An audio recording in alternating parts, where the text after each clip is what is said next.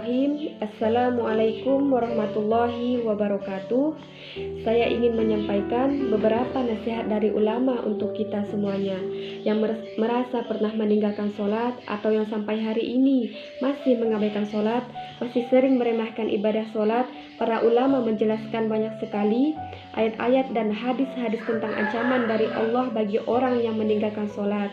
Bahkan kalau kita membaca di dalam rukun Islam saat itu, termasuk rukun yang kedua setelah syahadat, artinya akan ditolak keislaman seseorang walaupun dia mengatakan asyhadu alla ilaha illallah wa anna muhammadar rasulullah, tetapi dia tidak melaksanakan sholat secara sengaja tanpa uzur yang diperkenankan. Bahkan di dalam Al-Quran Allah berkali-kali memberikan kalimat ancaman, diantaranya fawailul lil musallin alladzina hum an sholatihim sahun.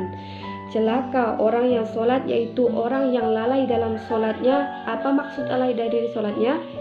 Dia udah sholat tetapi sholatnya asal-asalan. Orang yang sholatnya tidak khusyuk, orang yang sholatnya kadang dia lakukan, kadang dia tinggalkan.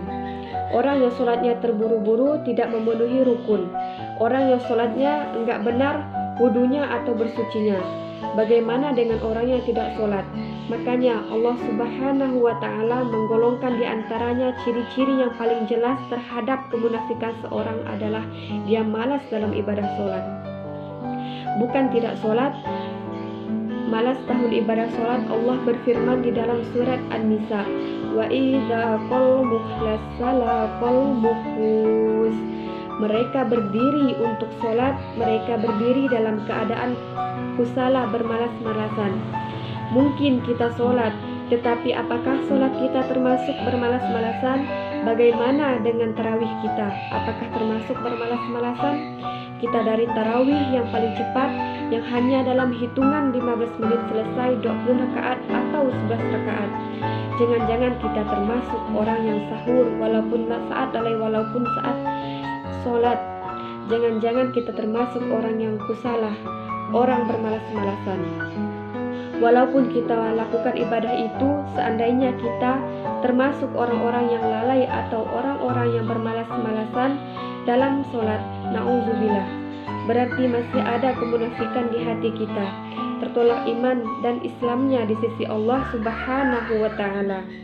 Teman-teman dirahmati Allah, sholat adalah satu-satunya ikatan antara kita dengan langit. Sholat adalah satu-satunya ikatan antara hamba dengan Allah. Sehingga kita meninggalkan sholat satu kali saja, berarti kita telah memutuskan ikatan kita dengan Allah. Lalu, bagaimana kita akan mendapatkan pertolongan Allah ketika kita butuh, sementara kita nggak punya ikatan apa-apa dengan Allah? Ketika kita tidak punya ikatan apa-apa dengan seseorang, bagaimana kita akan berharap orang itu menolong kita? Seorang perempuan tidak punya ikatan apa-apa dengan mantan suaminya, bagaimana dia akan meminta nafkah kepada mantan suami itu? Begitu juga kita dengan Allah. Kalau ikatan kita dengan Allah sudah kita putuskan, bagaimana kita meminta rezeki dari Allah? Bagaimana kita meminta perlindungan dari Allah? Bagaimana kita meminta Allah memperhatikan dan mengurus kita? Padahal kita sendiri yang memutuskan ikatan dengan Allah. Satu-satunya kata ulama, ikatan antara hamba dengan Rabb-nya adalah as-sholah. Siapa yang meninggalkan sholat secara sengaja tanpa alasan yang dibolehkan oleh agama, berarti dia telah memutuskan urwatul wuthqa, ikatan dengan Allah Subhanahu wa Ta'ala. Bahkan ulama sampai berpendapat, seandainya seseorang meninggalkan sholat sampai akhir hayatnya, maka ketika dia meninggal, dia tidak boleh dikuburkan di kuburan kaum muslimin, dia tidak boleh disolatkan oleh ulamanya kaum muslimin, kecuali oleh keluarganya sendiri. Bahkan ketika dia masih hidup, jika dia melakukan ibadah sholat secara sengaja dalam waktu yang lama, maka ulama mengatakan istrinya harus meminta cerai kepadanya. Seandainya dia suami itu harus menceraikan istrinya. Kenapa? Tidak halal bagi seseorang perempuan mukmin menikah dengan laki-laki yang meninggalkan sholat. Ini menunjukkan sebagian ulama berpendapat orang yang secara sengaja meninggalkan sholat, maka dia telah murtad dari Islam. Walaupun ini bukan pendapat semua ulama, tetapi ini menunjukkan betapa bahayanya meninggalkan sholat nanti di akhirat.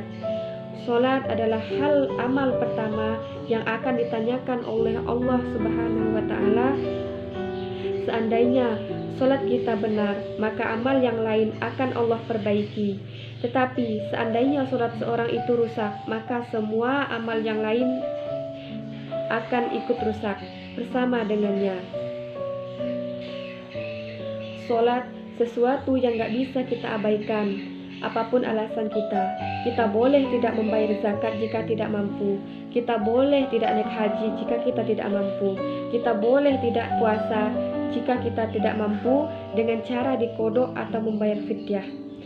Tetapi tidak bisa meninggalkan sholat karena jika kita tidak bisa melakukan tepat waktu karena lagi musafir, kita bisa menjamak. Sholat sesuatu yang nggak bisa kita abaikan. Apapun alasan kita boleh tidak membayar zakat jika kita tidak mampu. Kita boleh tidak naik haji jika kita tidak mampu. Kita boleh tidak puasa jika kita tidak mampu dengan cara dikodok atau membayar fidyah. Tetapi tidak bisa meninggalkan sholat karena jika kita tidak bisa melakukan tepat waktu karena lagi musafir, kita bisa menjamak, tidak bisa melakukannya di masjid karena ada uzur tertentu, hujan, badai, dan seterusnya. Melakukannya di rumah, tidak habis melakukan secara berdiri, bisa duduk atau berbaring. Tidak ada alasan untuk meninggalkan sholat. Saking pentingnya ibadah ini, Allah nggak mau kita memutuskan Allah. Orang yang meninggalkan sholat berarti dia telah memutuskan hubungannya dengan Allah. Apa rasanya diputuskan tanpa alasan? Kita udah baik kepada seseorang, kita udah perhatikan kepada orang itu, kita udah berkorban kepada orang itu, kita memberikan semua hak orang itu, tiba-tiba dia mengajak putus tanpa alasan. Di mana perasaan kita? Begitulah perasaan Allah ketika hambanya memutuskan hubungan dengan Allah dengan cara meninggalkan ibadah sholat. Padahal Allah selalu memberikan kebaikan dalam kehidupannya. Jangan putuskan Allah dengan meninggalkan sholat. Mudah-mudahan ketika kita menjaga sholat, Allah akan menjaga kita. Barakallahu fikum. Sekian dari saya. Assalamualaikum warahmatullahi wabarakatuh.